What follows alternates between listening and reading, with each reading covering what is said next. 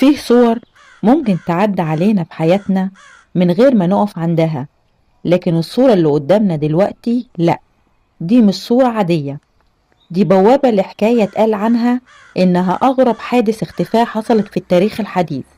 حكاية بدأت في ليلة مطرها كان تقيل ورعدها كان بيهز الحيطان، لكن نهايتها كانت في نفس المكان، نفس الأوضة بعد 9 سنين. أنا الراوي، وهحكي لكم النهاردة عن اللي حصل لتشارلي وماري في مدينة نيوكاسل سنة 1979، عن الرعب اللي ملهوش تفسير، عن العالم اللي يمكن ما ينفعش نلمسه بس هو بيلمسنا. حكاية اختفاء ماري الغامض. الصورة اللي قدامك دي تبقى صورة أيقونية لأشهر وأغرب حادث اختفاء حصلت في التاريخ، حادث اتكتب عنها مجلدات كاملة في أوروبا علشان يفسروا إزاي ست ممكن تختفي في أوضة نومها وتظهر تاني بعد 9 سنين كاملين وفي نفس المكان. كل حاجة بدأت سنة 1979 في مدينة نيوكاسل الإنجليزية، يوم شتاء والمطر كان بينزل بغزارة والرعد صوته غريب ومخيف زي ما وصفه تشارلي كان قاعد بيتدفى على موقد فحم، لكن فجأة حس إن النار بدأت تعلى بشكل مرعب وكأن في حد بينفخ فيها علشان تولع أكتر وأكتر. النار كانت بتتصاعد بشكل غريب جدا لدرجة إنه فقد السيطرة عليها. قام بسرعة يجيب مية رغم إن ده خطر على الموقد المعدني، لكن ما كانش قدامه حل تاني. وهو راجع النور قطع فجأة، وبوصوله للموقد يشوف حد قاعد قدامه ومديله ظهره، شخص لابس نفس ملابس لبس مراته ماري بس من غير راس. والأبشع إن تشارلي شاف راس مراته جوه النار.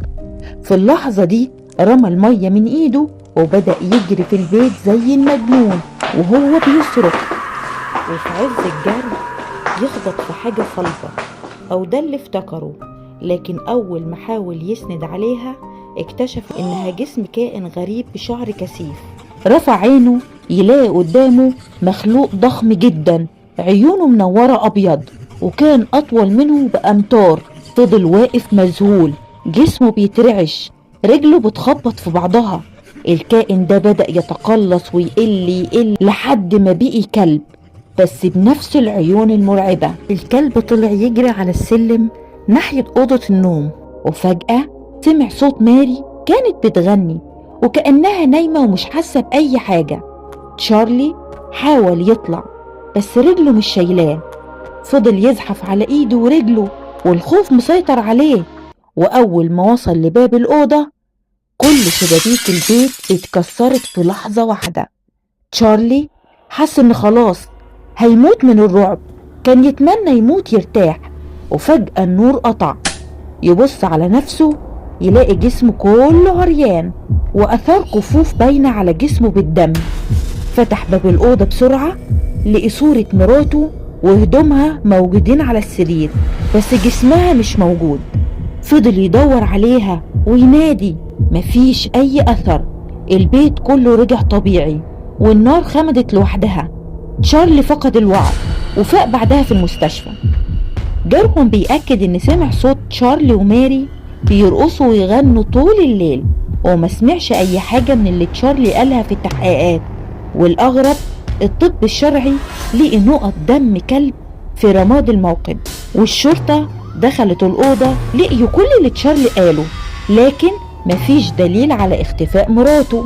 ولما سألوه عن ماري قال إنها كانت عضوة في جمعية روحانية وكانت بتعمل طقوس غريبة وبتختلي بنفسها وبتقول إنه علم. مرت 9 سنين وتشارلي قافل الأوضة. في مرة قرر تشارلي يفتح نفس الأوضة مرة تانية ويفاجأ إن ماري نايمة على السرير. صحيت وقالت له لما تفتح الباب افتحه بهدوء وكأنها نايمة من ساعة من السنين. تشارلي افتكرها شبح، بس لما لمسها لقاها حقيقية. جري على الشرطة وفعلا ماري كانت موجودة لكن فقدت ذاكرتها تماما، وبعد أيام اتوفت فجأة في المستشفى بسبب توقف عضلة القلب. الناس قالت إن ماري في الليلة الملعونة دي سافرت لعالم تاني، رجعت منه بعد 9 سنين بس عقلها ما قدرش يستوعب اللي شافته هناك. لو عجبتك القصة ما تنساش تعمل لايك وتشترك في القناة وتفعل الجرس علشان توصلك كل الحكايات اللي جاية من عالم الظل.